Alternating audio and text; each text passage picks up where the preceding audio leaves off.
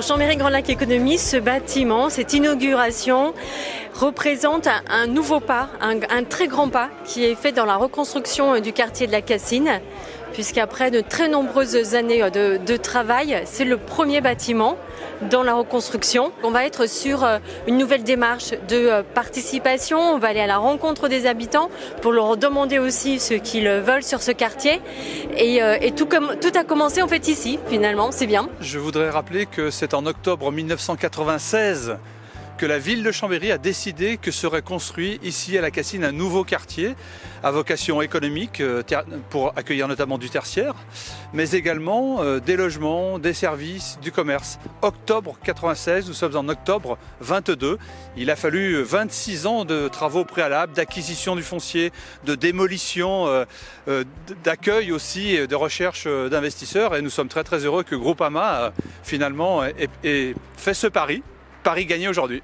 Alors le but de ce bâtiment, c'était vraiment être un acteur incontournable du territoire, montrer que Groupama Rhône-Alpes Auvergne peut investir et notamment dans une zone qui finalement n'était encore pas construite. Donc il fallait oser le faire et donc c'était démontrer que nous aussi on sait prendre des risques. En tant que premier bâtiment, il fallait un peu donner le ton de ce que serait ce nouveau quartier.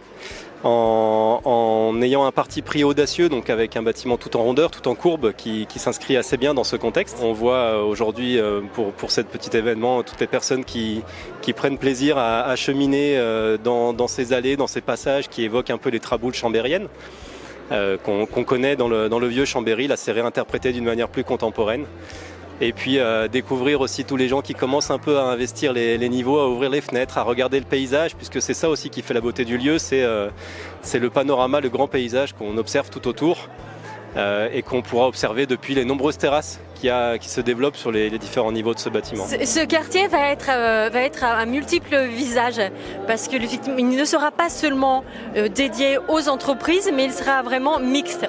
Nous aurons des commerces, mais nous aurons aussi des habitations. Il y aura de l'accession à la propriété, il y aura du locatif, il y aura aussi la nouveauté en termes de logement. Juste à côté, nous allons avoir des espaces de co-living. Ça répond à une nouvelle demande de la population.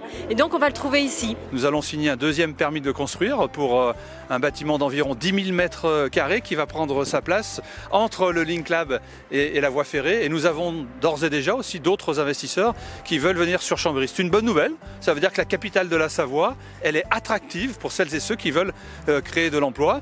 Mais nous allons avoir un nouveau cahier des charges, plus draconien qu'il n'existait aujourd'hui, puisqu'il y a une dimension environnementale qui sera beaucoup plus poussée, avec par exemple l'obligation d'utiliser de la géothermie, de se raccorder au chauffage urbain, et puis aussi avec une forte dimension environnementale d'espace vert, et la concertation avec la population commence en novembre.